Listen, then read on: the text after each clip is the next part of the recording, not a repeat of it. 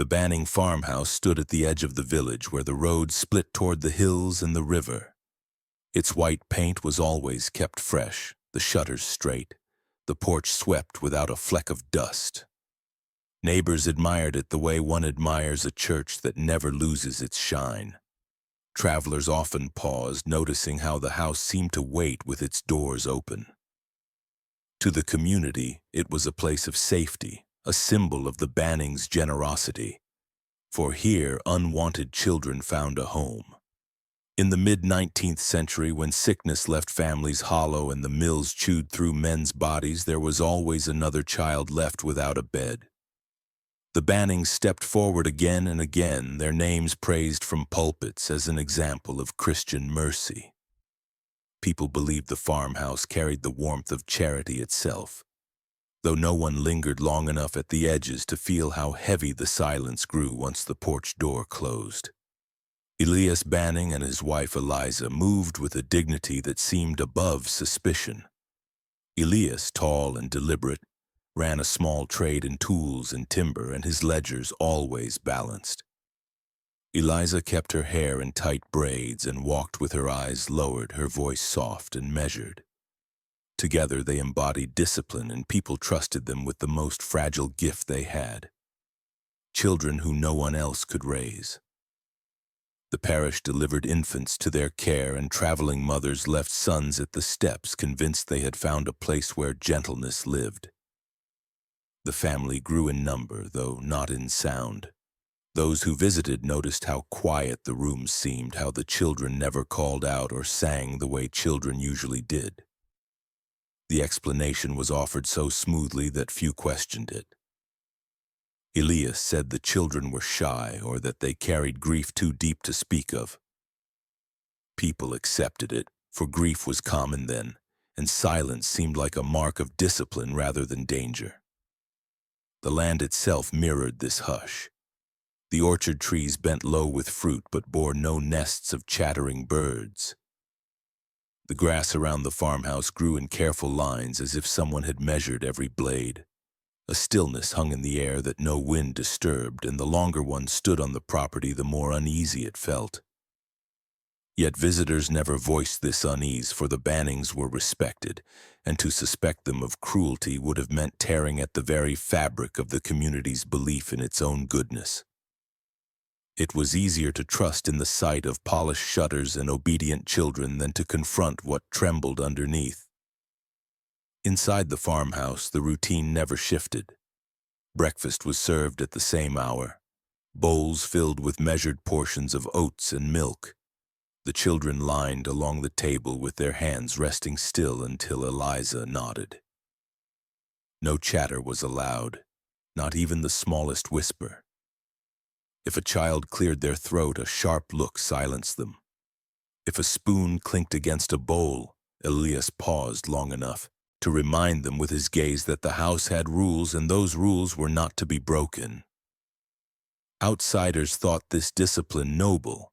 They said the Bannings were teaching the orphans order and self-control, qualities that would help them survive in a harsh world. What they did not see was how this silence was not training but erasure, an early step in stripping away the children's sense of being heard at all. Neighbors sometimes asked where certain children had gone. A boy seen in spring was absent by autumn. A girl who once clutched Eliza's skirt was no longer at the market. Elias explained that some children had been placed in other homes, or that relatives had claimed them, or that illness had carried them off. These explanations were accepted without dispute. In those years, children did die, and records were often poor. No one pressed for proof. The town preferred the comfort of believing the Bannings' kindness remained untarnished. To doubt them would have meant admitting that no one had truly been watching. Behind closed doors, Elias moved with the mind of a man who believed he had been chosen for a work others would never understand. To him, the children were not gifts but instruments, and silence was not discipline but devotion. His journals, hidden in the drawer of a desk that never left his study, contained notes written in a hand too neat to be innocent. He wrote of purity, of voices that corrupted the soul, of the need to cleanse speech before it could grow. He described how words once spoken could not be taken back, how they left stains that lingered. He believed a child's first voice carried something raw and dangerous, and that to shape it was his responsibility. To silence it was his calling. The community saw him as steady and reliable. They trusted him to ferry timber through the hills and to oversee the accounts of the parish fund. They did not see the mind that catalogued sounds the way others catalogued coins, measuring each intake of breath as if it were a fault to be corrected. The villagers felt gratitude when they saw the farmhouse door swing open for another orphan, but they did not notice that the door always closed too quickly behind. They did not notice how none of the children, no matter how many arrived, ever grew tall enough for their voices to carry across the yard. The Bannings' house did not echo with play, nor did it ring with the sudden bursts of laughter that make homes alive. It was a place of order, where every chair was tucked in, every rug lay flat, and every child walked softly, eyes lowered, lips pressed together. The air itself seemed to absorb any attempt at sound, and though no one in the village spoke it aloud, there were nights when mothers woke uneasy, wondering why they had left their children at such a place. But by morning these doubts faded. The farmhouse still gleamed. Elias still bowed his head in prayer. Eliza still carried baskets of bread to neighbors. Appearances held, and the truth remained buried. Thus the Bannings' home stood as a beacon of mercy on the outside, a hollow of silence within. Every child who entered became part of that silence, absorbed into the stillness that never lifted. The story of their house began as one of charity, but beneath its bright windows and polished wood something else stirred, something that did not welcome, but consumed. The land itself seemed to swallow each trace of laughter, leaving only the echo of what was never spoken. And so the house that welcomed all became a place where nothing returned. The parish records told one story and the village memory told another. In the ledger kept by the Reverend, neat lines carried the names of children entrusted to the Bannings. A boy of 5 left when his mother died of fever. A girl delivered by a cousin who could no longer afford to feed her. An infant wrapped in cloth marked only with initials. Each entry bore witness to the family's service, and the Reverend often praised their endless capacity to give shelter. Yet when villagers tried to picture those same children a year later, their minds returned only to blurred fragments. They could recall small faces, but not how they aged. The children seemed to pass through the Banning home like shadows, entering the record with solemn ceremony and fading into absence without explanation. The neighbors excused it at first. In a time when illness could claim a child overnight, loss was too familiar to question. If a boy was not seen again by spring, people said he had succumbed to cough or fever. If a girl vanished after a few months, they accepted the claim that distant kin had reclaimed her. The Bannings themselves always had ready explanations, spoken in steady tones that allowed no room for doubt. Elias might say that one had been adopted by a family across the county, or Eliza would remark that another had passed quietly in sleep. Their calmness disarmed suspicion. Grief was so common that no one thought to ask for proof. Yet the pattern persisted, and those who paid attention began to feel unsettled. No child remained long enough to reach the clumsy years of adolescence. Not one was seen stumbling through the awkwardness of a growing body, or speaking with the new sharpness of a voice breaking into maturity. Every face seemed arrested in childhood, then disappeared before sound could deepen into permanence. The cycle repeated with unnerving precision. Arrival, a season of silence, and then vanishing. The farm never echoed with the sounds of youth becoming adult. It was as if some invisible boundary prevented a child from carrying their voice beyond a certain age. At church gatherings, women sometimes whispered their unease.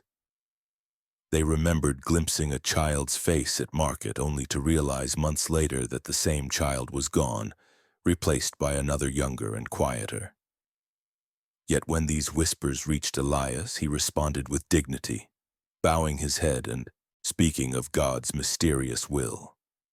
He reminded them that the Bannings did not choose the fates of the children, only offered shelter until Providence decreed otherwise.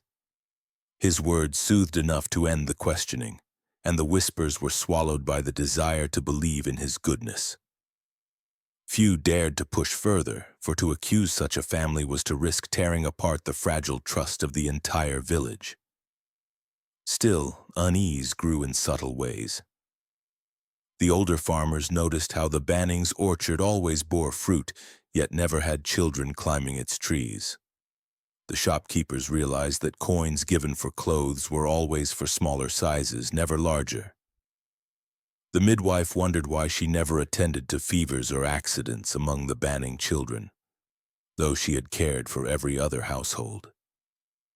The absence of ordinary mishaps, the lack of scraped knees or broken bones became almost louder than the disappearances themselves. Childhood was meant to be messy, full of noise and mistakes.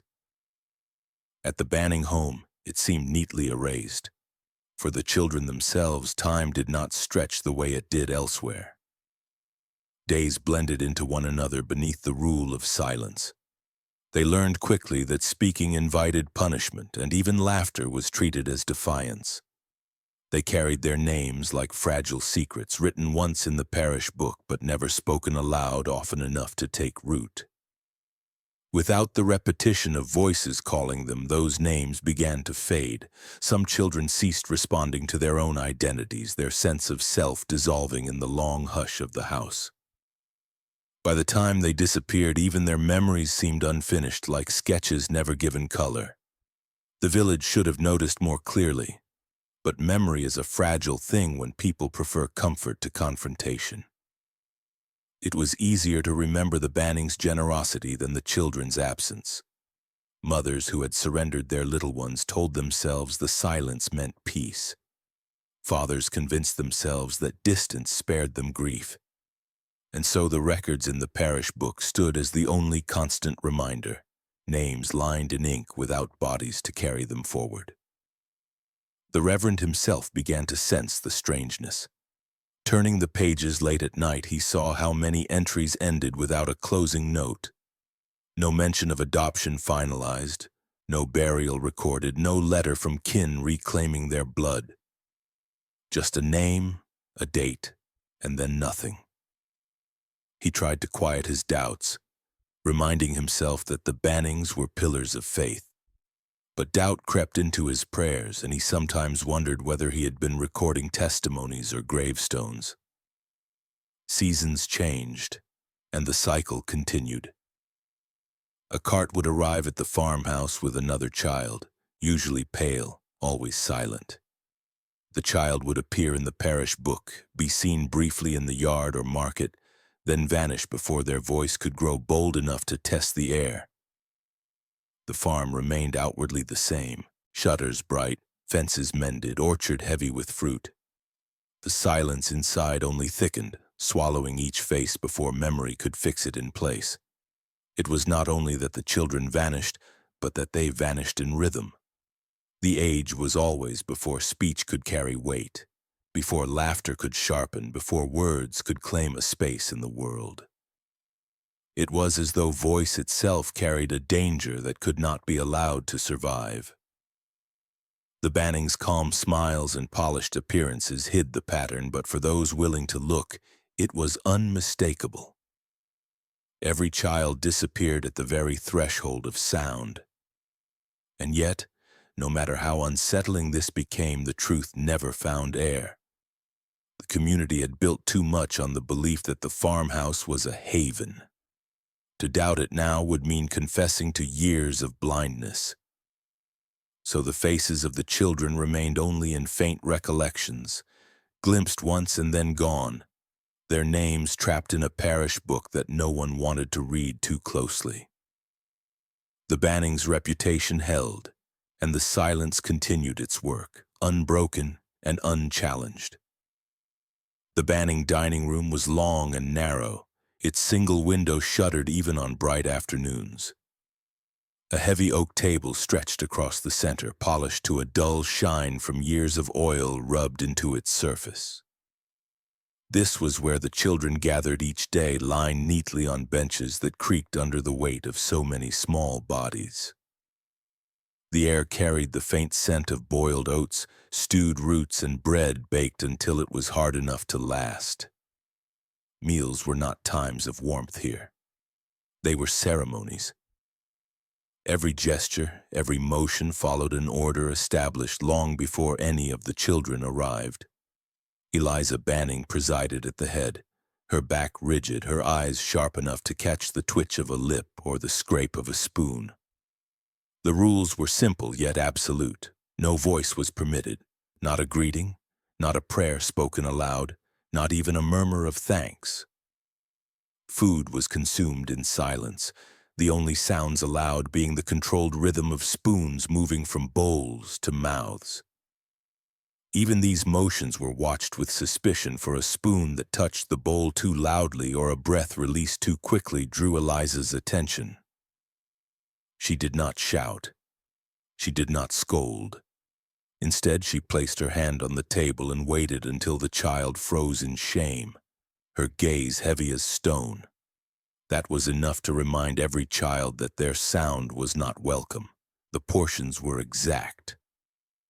Eliza measured oats with a tin scoop, leveled flat, no more and no less for any child. Bread was sliced into equal widths, edges squared off with a knife so precise it left no raggedness behind. Milk was poured into cups until it reached the same mark, never spilling a drop. The meal was not nourishment alone, it was control, a performance of balance in which no one child could feel singled out, yet none could feel special either. Individuality was smothered beneath the uniformity of portions and silence. To the Bannings, this order appeared righteous. Elias sometimes stood in the doorway, arms crossed, watching as his wife enforced the ritual. He did not need to speak. His approval was evident in the way he nodded slowly, like a man witnessing sacred duty. In his mind, noise was corruption, a symptom of sin rising from the body. To still it was to cleanse. And Eliza, with her measured cruelty, carried out this belief with devotion. The children learned quickly that mistakes were remembered. A boy who once dropped his spoon was denied bread at the next meal, left to chew plain broth while others ate. A girl who whispered a single word was made to kneel beside the table, hands folded, staring at her untouched bowl until hunger twisted her small frame. Punishments were never violent in the obvious sense. They were calculated denials, subtle acts that taught the children their voices carried consequences too severe to risk again. Silence became not only survival but instinct. Over time, the children began to internalize the ritual. They sat straighter, held their breath longer, and moved their spoons with a precision that mirrored Eliza's own. Their faces emptied of expression, their eyes cast downward at bowls that seemed less like food and more like mirrors reflecting their erasure. The youngest sometimes resisted letting slip a laugh or a cry, but resistance always faded after repeated correction. Within weeks, even the most spirited child learned that silence was safer than sound. Visitors rarely witnessed these meals. When outsiders came, the Bannings offered smiles and spoke of the children's shyness. If a neighbor was invited to share supper, Elias might allow a single prayer to be spoken aloud, his deep voice filling the room while the children remained mute. The visitor would remark later how well-behaved the orphans seemed, how grateful they must be for discipline after such hard beginnings. No one saw that the discipline was not guidance, but ritual, that the stillness was not obedience but the deliberate stripping of self. Eliza herself believed she was doing holy work. In the still hours of night, she polished the table as though it were an altar, running cloth across its surface until her reflection blurred. She whispered to herself that children were like vessels, and a vessel must be emptied before it could be filled with purity. Their voices, she believed, carried contamination, the mark of the world's corruption. To erase those voices before they matured was, in her eyes, an act of salvation. This conviction hardened her cruelty into routine, transforming what might have been simple severity into ritualized destruction. The effect on the children was profound.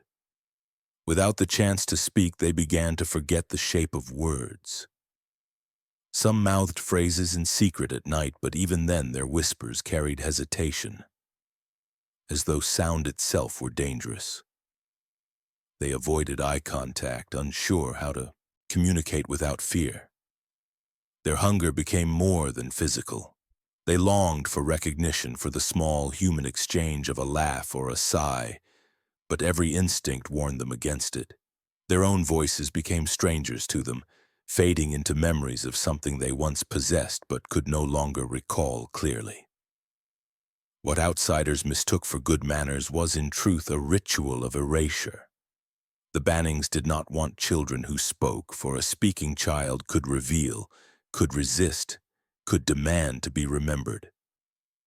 A silent child, however, could vanish without leaving an echo. The meals became the daily rehearsal of this fate, a methodical stripping away of sound until nothing remained but bodies trained to obey. And so each morning and evening the ritual repeated. Bowls placed with care, spoons aligned, silence enforced. The dining room became a stage where the performance of quiet devoured whatever fragments of individuality the children still carried. Each meal was another step toward disappearance, another layer of their voices buried under the weight of calculated stillness. The ritual was not discipline, nor was it kindness.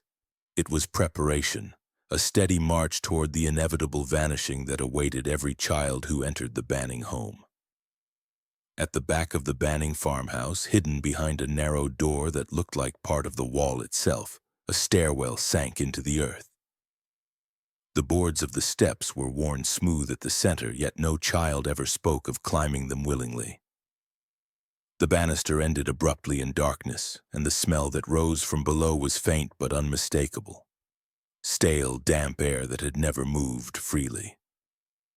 At the bottom of those stairs, locked behind a heavy door, lay the room that no sunlight ever reached. The room had no windows.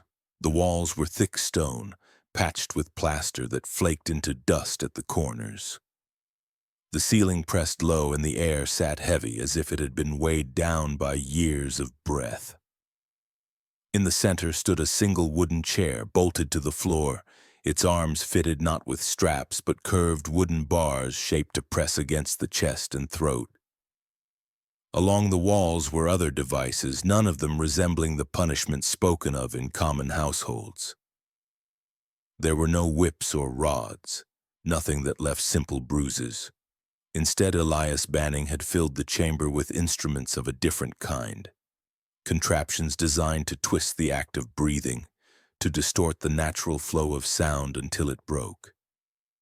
There was a frame of iron shaped like a small cage that fit over a child's head, lined with narrow reeds that bent inward toward the mouth. When the child attempted to cry out, their breath forced the reeds to vibrate, producing shrill tones that stabbed at their ears. The longer they tried to scream, the louder the sound pierced back into them, teaching them that their own voice could wound. Nearby stood a tall wooden structure with a hinged board pressed against the chest. Each breath pushed it outward, only for the weight to force it back, crushing air from the lungs until the rhythm of breathing itself became agony. Every device had a purpose, and that purpose was not correction but transformation. Elias believed that if a child learned their voice brought pain, they would abandon it before it matured. To him, this was refinement, a way to cleanse the dangerous power of speech. Eliza enforced this conviction with calm efficiency. When a child broke the silence of meals, she would lead them by the wrist through the narrow door down the stairs into the waiting chamber. The door would close and the rest of the children sat in their quiet terror, listening to the faintest muffled sounds rising from beneath the floor. The punishments were not short. Hours passed in the stale air where each breath felt stolen and each attempt at sound was punished by the instruments around them. Some children returned after a day, shoulders hunched, voices stripped to whispers that never recovered. Others emerged with throats scarred from the reeds, their cries reduced to rasping breaths that could not form words. And some never returned at all. Their absence was explained with the same practiced calm as before: illness, adoption, God's will. The children who remained understood the truth, but silence held them captive. To speak it was to be sent below. The chamber did more than punish, it erased. A child who had once hummed under their breath or laughed softly in the yard could return from the room as someone unrecognizable. Their eyes carried a hollow sheen, their movements slowed, their mouths pressed shut as if even the act of opening them risked a return to the instruments.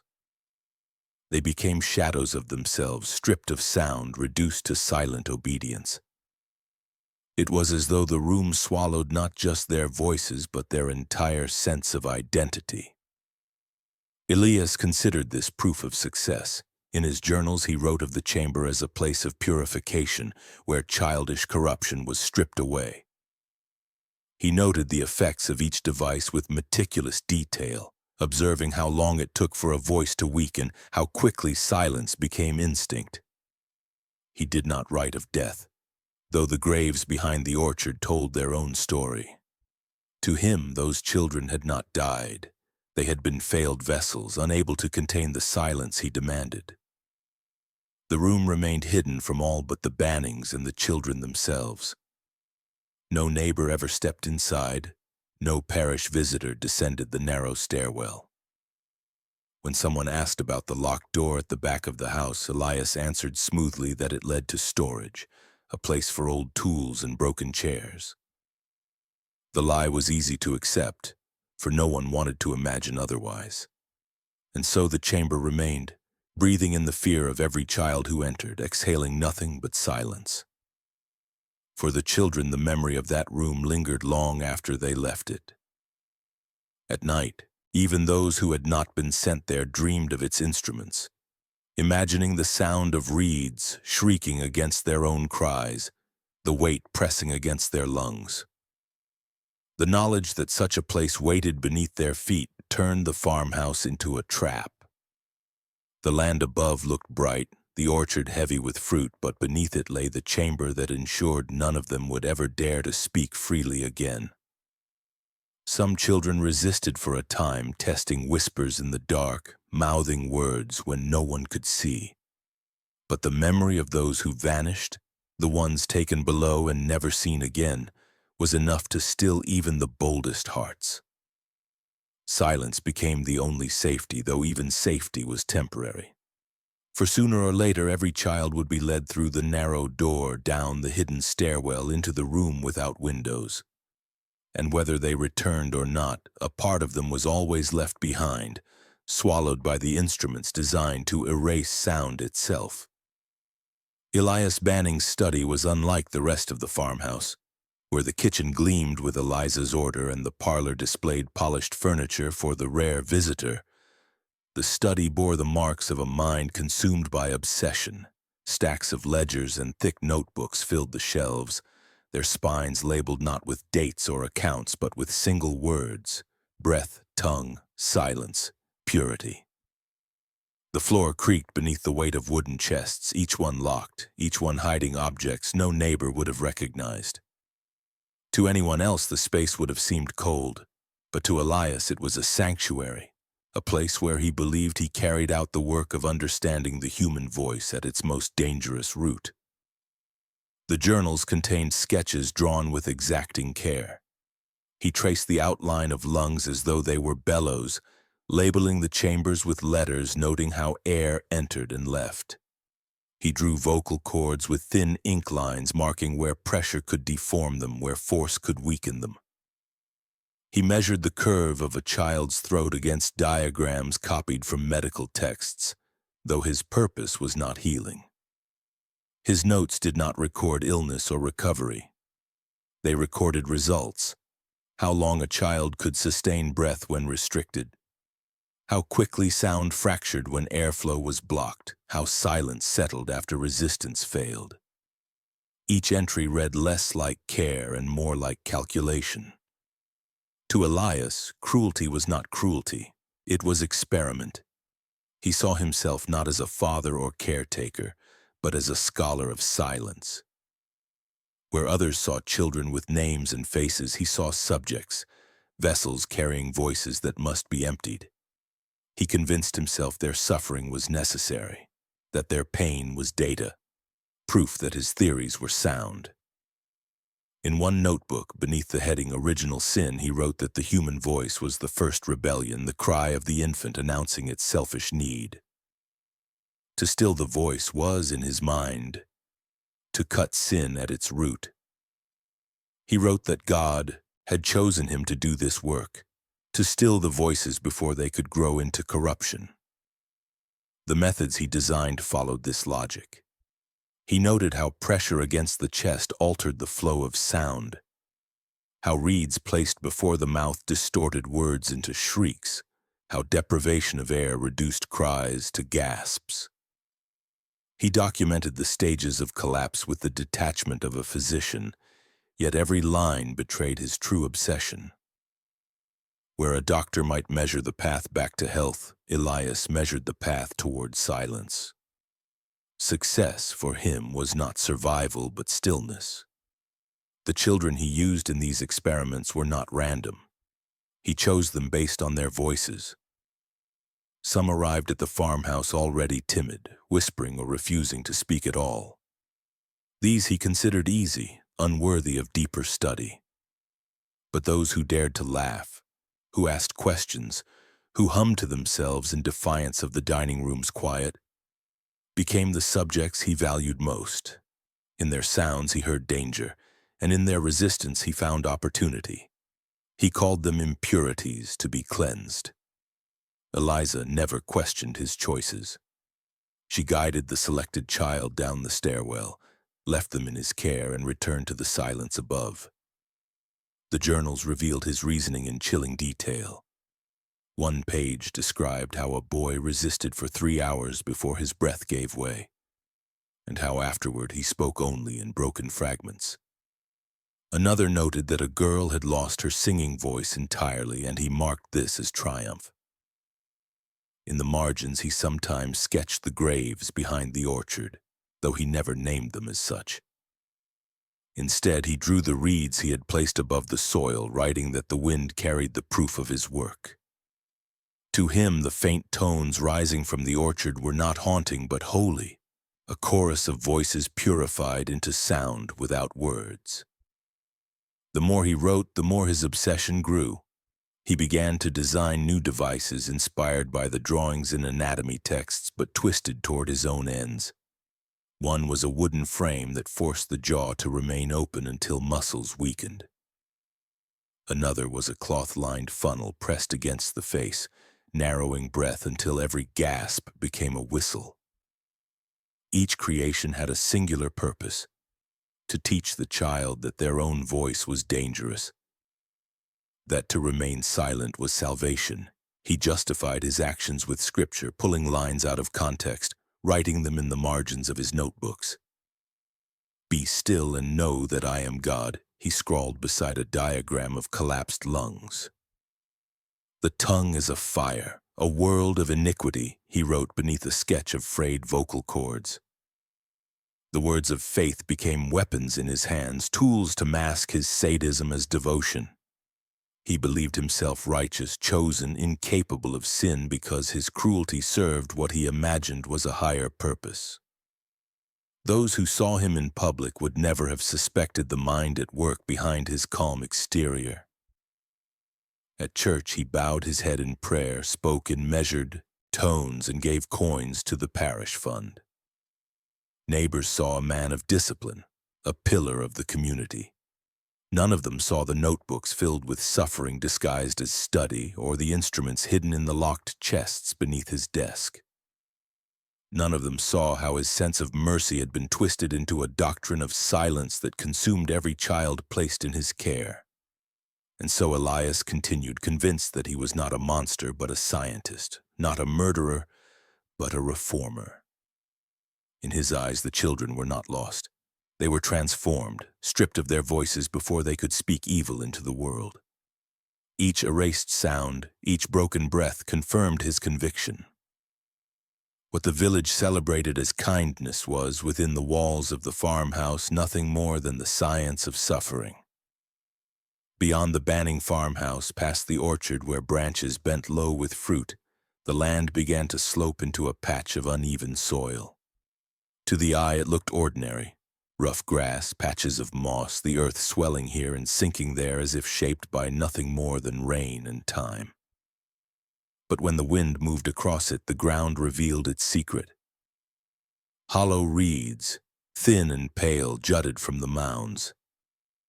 They were placed with care, never more than a child's arm length apart, and each one emitted a sound when the wind touched it.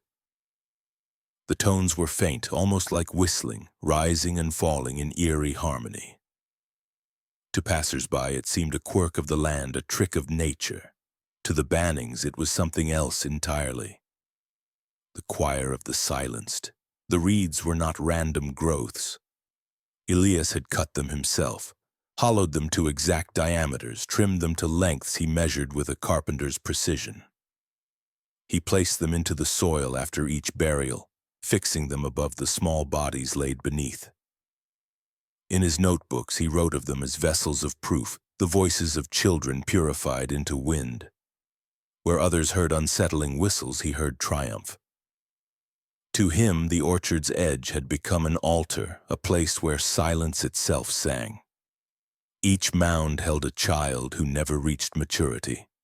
Some had lived only a season in the farmhouse before vanishing below the ground. Others endured years of discipline and ritual before being led into the chamber for the final time. None were marked with stones, no names carved to testify they had lived at all. The soil was their only covering, the reeds their only markers. When the wind rose, their absence became sound. Thin, reedy notes trembled across the orchard, carrying into the fields beyond. Farmers who worked the land nearby often paused, uneasy, but told themselves the tones were nothing more than the whistle of air through grass and hollow branches. They did not ask why the sound came only from the Banning orchard, nor why it carried the mournful cadence of voices too small to be natural. Children in the village whispered of the place. They said the ground moaned when the sky darkened, that the reeds cried like infants when storms rolled in. Some dared each other to run across the mounds at dusk, only to return pale and shaken, swearing they had heard their own names carried on the wind. Parents dismissed these stories as childish imagination, but they never encouraged their sons or daughters to linger near the orchard. Something about the sound unsettled them, though they never spoke of it directly. To accuse the Bannings was to accuse themselves of blindness, and so silence became protection once again.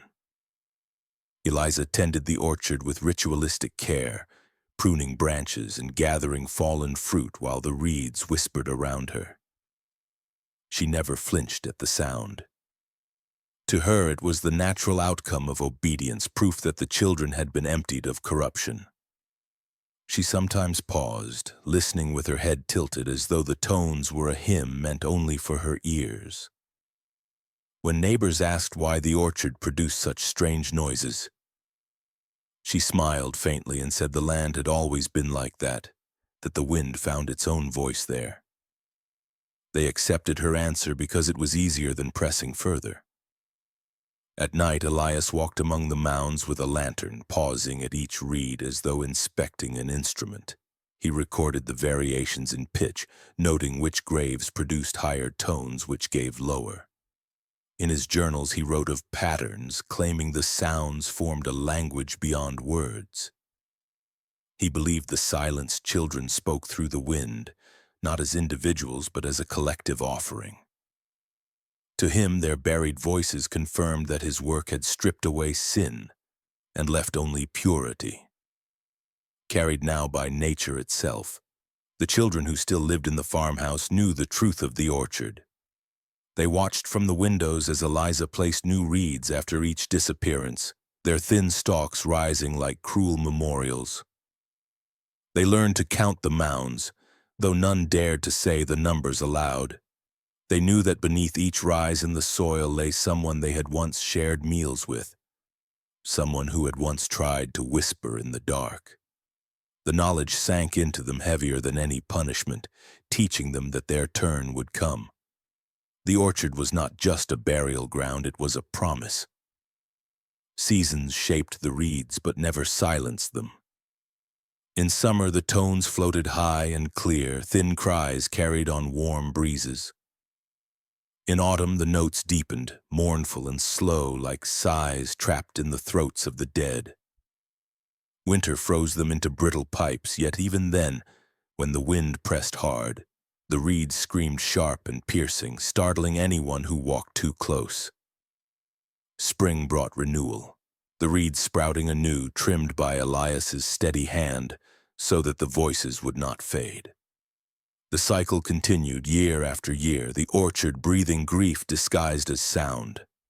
Those who dared to linger long enough to listen often left unsettled, though they could not explain why. A traveler once told the Reverend that the orchard sounded like a graveyard choir. The Reverend dismissed it with a strained laugh, though the words lingered in his mind. Another man swore he heard a child's laughter woven into the tones, laughter that twisted suddenly into a cry. He avoided the Bannings' land after that, telling no one but his wife, who shushed him quickly, afraid of what such talk might stir. And so the graves remained without names, their silence disguised as song. The reeds bent in the wind, carrying the voices of children who had been erased, their sounds transformed into something both haunting and unnoticed. The townspeople convinced themselves it was natural, a quirk of the orchard, while Elias convinced himself it was holy.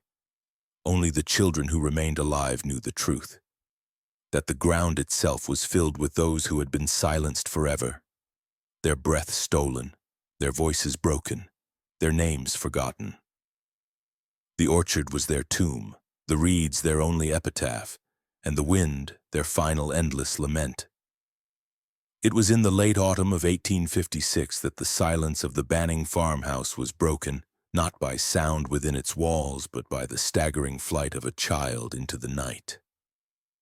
The boy was no older than 7, small enough that his clothes hung loose, thin enough that his bones pressed against the fabric. He had been among the newest taken into the house, a boy with wide eyes who once hummed to himself at the edge of chores, unaware of how swiftly such a habit would draw attention. He had vanished into the room without windows weeks before. When he reappeared, his voice was gone, reduced to nothing but rasped air. Unlike others before him, however, he carried something else inside, an ember of resistance that had not been extinguished. That night, as the rest of the household lay in heavy silence, he pressed his ear to the boards of the floor and waited.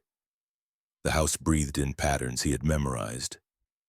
Elias's heavy tread as he walked his rounds, Eliza's slower steps as she banked the fire, the long stillness when both retreated to their chamber. He knew when the moment came, and he moved quickly, slipping through the narrow door to the yard.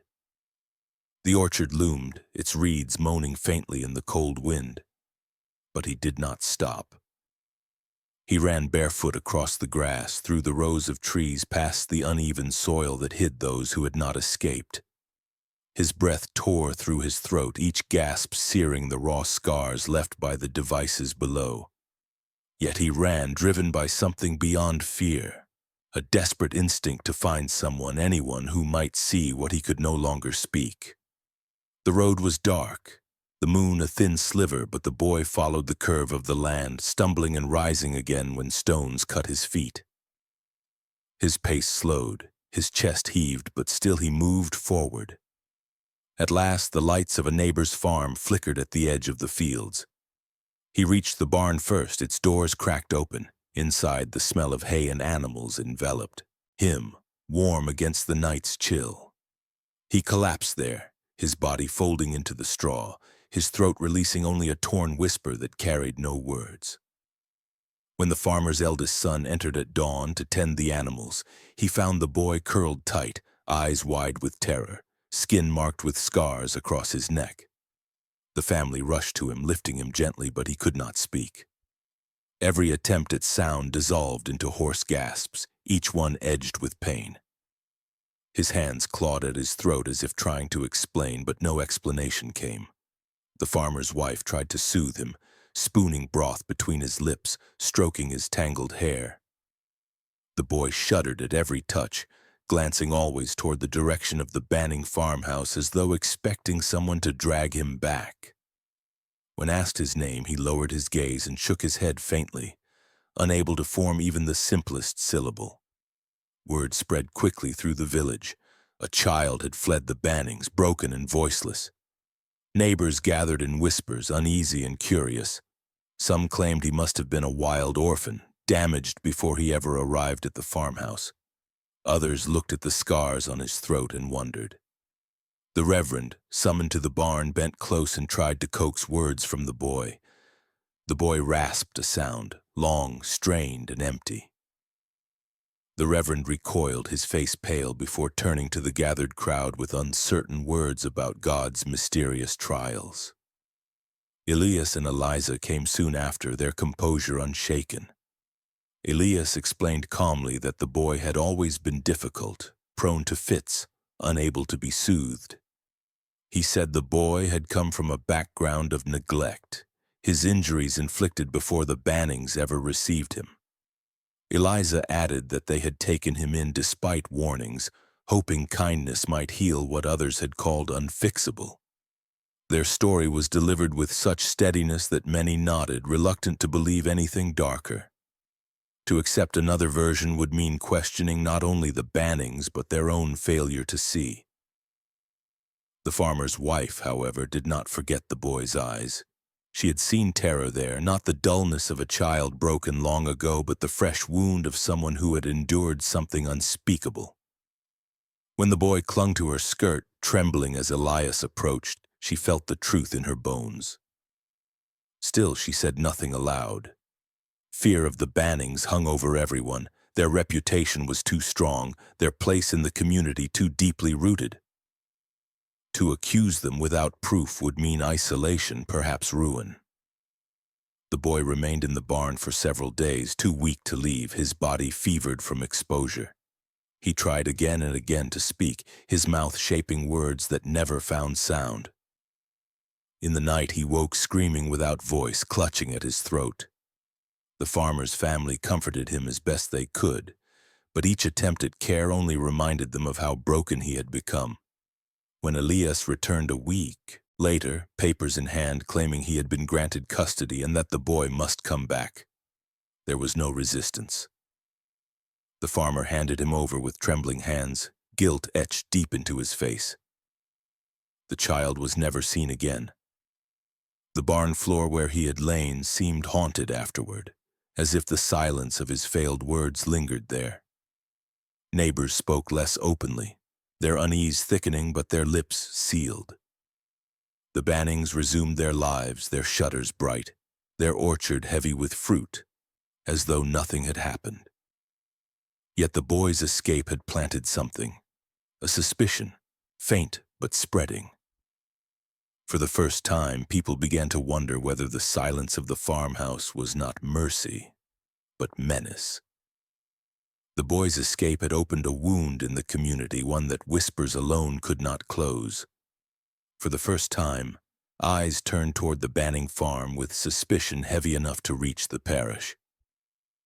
The Reverend, troubled by sleepless nights and the memory of the child's rasping attempts at speech, began to examine the parish books he himself had kept. The names scrawled there, so many over the years, stared back at him now as accusations. He realized how few had ever been accounted for after their entry, how the ledger carried the outline of lives without the closure of adoption or death properly marked. His doubts grew into dread, and he confided them to the magistrate. Reluctantly, an inquiry began. Neighbors, pressed for details, admitted what they had seen and not seen. They spoke of the endless arrival of children, but never their growth, of the orchard's strange music, of the boy who had run voiceless into the barn. Their words wove a net of unease strong enough to draw officials to the farmhouse. Under Elias's calm gaze, men with shovels dug into the uneven soil beyond the orchard. The earth yielded too quickly, its looseness betraying its purpose. Within shallow graves wrapped in plain cloth, they uncovered small forms, some bones already brittle, others not yet stripped of flesh. The reeds placed above them rattled in the wind as if mocking the discovery. Inside the farmhouse, another horror waited. From a locked desk, they drew out Elias's journals. The notebooks opened to reveal diagrams of lungs and throats, sketches of children marked with numbers and lines of calculations that measured the breaking point of sound. Phrases leapt from the pages. Excess breath must be subdued. The tongue betrays the soul. Voice extinguished, sin extinguished. It was all there, recorded not in frenzy but in orderly script. What any ordinary man would have hidden, Elias had catalogued with pride. To the investigators, it was evidence too strange to fit neatly into words of law. When the Bannings were brought before the court, the town crowded to see them. Elias entered with his shoulders squared, his face unflinching. Eliza followed, her hair braided neatly, her hands folded at her waist. Neither looked like criminals. They looked like parish leaders, stern but upright. The weight of their reputation lingered even as the evidence lay against them. To accuse such people of murder felt to many like accusing the town itself of complicity. Witnesses spoke. The farmer who had sheltered the escaped boy told of the child's scars and fear. Mothers whose children had been delivered to the Bannings described how letters were never returned, how visits were discouraged. The Reverend, voice unsteady, admitted his doubts about the records he had kept, his shame in realizing how long the pattern had persisted under his eyes. Their words stirred the crowd, but when pressed for certainty, each faltered. No one had seen Elias kill. No one had watched Eliza bury a child. What they offered were fragments, heavy with suggestion but light on proof. The journals were read aloud, passages that chilled the room. Yet Elias did not flinch. When asked to explain, he spoke calmly of research, of attempts to understand the silence of grief-stricken children, of efforts to restore purity through discipline. He said the drawings were studies copied from medical texts, that his notes were misunderstood reflections on scripture. Eliza, quiet but firm, described herself as a caretaker who had borne the weight of unwanted children with patience others could not imagine. She said illness had carried many away, that poverty explained the rest. Her voice trembled only once when she said the world was cruel to orphans and that she and her husband had tried to be merciful. The jury listened, torn between the graves, the journals, and the calm composure of the accused. The magistrate pressed them to consider the evidence, but law demanded certainty, and certainty was thin. The shallow graves could be explained by illness and poverty. The journals, twisted as they were, could be dismissed as misunderstood scripture. The boy who escaped could not speak his truth, and his silence weighed heavily against him. In the end, the Bannings were convicted only of neglect, found guilty of failing in their duty of care, but not guilty of murder. The sentence was light. Fines, a brief removal of the right to receive children, promises to submit to parish oversight. When the verdict was announced, a murmur swept the crowd, part relief, part unease. Some rejoiced, unwilling to see their neighbors branded as monsters. Others turned away in quiet despair, knowing what had slipped through the cracks.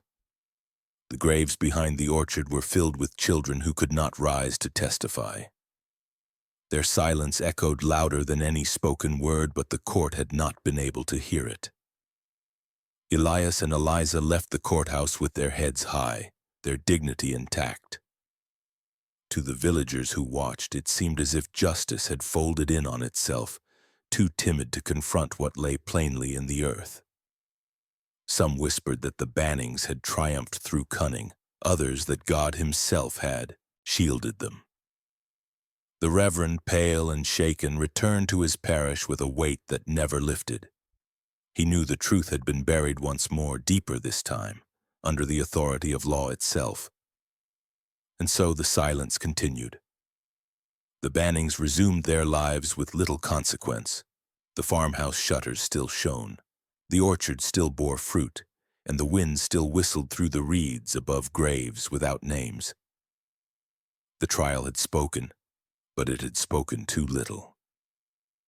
Justice had slipped through careful hands, leaving behind only unease and the chilling knowledge that silence once again had triumphed. Years passed, and the farmhouse that once stood as a symbol of charity began to rot into ruin. The white paint peeled in long strips, shutters dangled loose on rusted hinges, and the orchard grew wild, its branches twisting together as though trying to hide the soil beneath. The Bannings themselves had long since gone, their names carried quietly to other towns, their presence erased from the village as though exile could undo what had been done. But the land did not forget. Even as weeds swallowed the yard and moss crept over the stone foundation, the silence of the place remained heavy, pressing against the air like a weight. Villagers avoided the path that led past the orchard. Children dared each other to cross the broken fence, but most never lasted long. For when the wind shifted, faint cries still rose from the reeds that had been left behind, bending and moaning in strange harmony. The sound was thinner now, aged and brittle yet unmistakable. It carried the cadence of voices too young to have ever been allowed to grow, echoes of those who had been stilled before they could speak. Farmers told themselves it was only the wind, but some confessed in private that the tones followed them home, whispering in the night. The unease grew until the parish could no longer ignore it. The Reverend, old and guilt-ridden, urged the magistrate to act. Shovels once again broke the earth behind the orchard, this time not in secrecy but in solemn duty. The ground yielded its truth, small bones tangled in cloth, fragile skulls with jaws that had never fully formed, rib cages collapsed inward as if breath itself had been denied. The graves were many, more than anyone had imagined. Each mound revealed another body, another name that had vanished from the parish book without explanation. The villagers stood in silence as the remains were lifted from the soil, their faces pale, their hearts heavy with the weight of recognition. A memorial was raised at the edge of the orchard. It was a simple stone wall, built from the very rocks that once lined the Bannings' fields.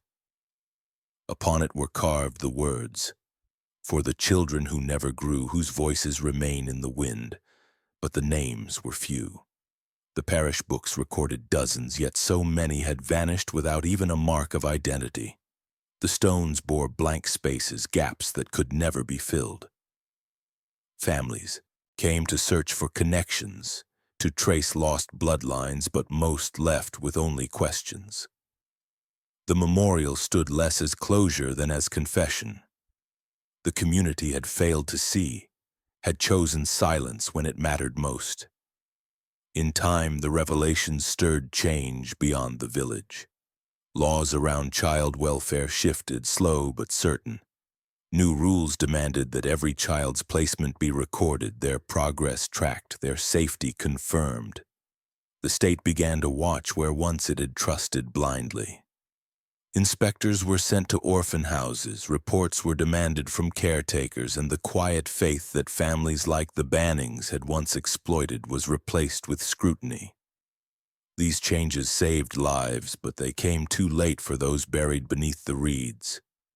Their absence remained, a scar in history that no law could heal. The farmhouse itself was left to collapse. Roof beams sagged until the rain poured through, walls buckled, and the floor gave way to rot. In the end, nothing stood but a skeleton of wood and stone, an empty husk staring out at the orchard. Some wanted it torn down, but others insisted it remain as a warning, a reminder of what had been allowed to happen in plain sight. The ruin became part of the landscape, a place children hurried past, a place elders avoided speaking of. It stood not as home nor sanctuary, but as evidence. Yet even as the structure crumbled, the echo remained. On certain nights, when the wind pressed hard through the broken orchard, people still claimed to hear the faint cries of children. Not wails of defiance, but whispers, thin, desperate, half-formed sounds, as if the very breath of those who had once lived there lingered in the air. Travelers passing through the village often remarked on the sound, unsettled by it, while locals kept their explanations short. Some called it a haunting, others the natural mourning of the land. Few dared to say aloud that it was the echo of silenced voices too deeply rooted to fade. The philosophical wound ran deeper than the graves. The villagers were forced to face the truth that evil had not come with violence obvious and loud, but in the shape of care. The Bannings had hidden their cruelty beneath the mask of charity, offering shelter while practicing erasure. They had thrived because they seemed good, because their discipline looked like order, because silence can so easily be mistaken for peace. The community's willingness to believe in appearances had allowed horror to grow unchecked. It was a lesson carved as deeply as the names on the memorial. Evil thrives best when disguised as kindness. Generations later, the story of the Bannings still lingered, told in hushed tones by parents who warned their children not to trust too easily. The memorial stood weathered but firm, its stone darkened by rain, its empty spaces speaking as loudly as the names carved there. And still the wind moved through the orchard, carrying sounds that seemed too human to be dismissed. Listeners swore they heard patterns in the cries, rhythms like broken syllables, as if the children longed to speak but could never finish their words. The echo was their legacy, a reminder that silence, once forced, can outlast centuries. And so the story closes, not with justice fully served, but with a question left hanging in the air. What do you think? Could this happen again? Could cruelty wear the mask of mercy once more, hidden in plain sight, waiting for silence to protect it? The answer lingers in the wind, carried by voices that were never allowed to grow old enough to speak.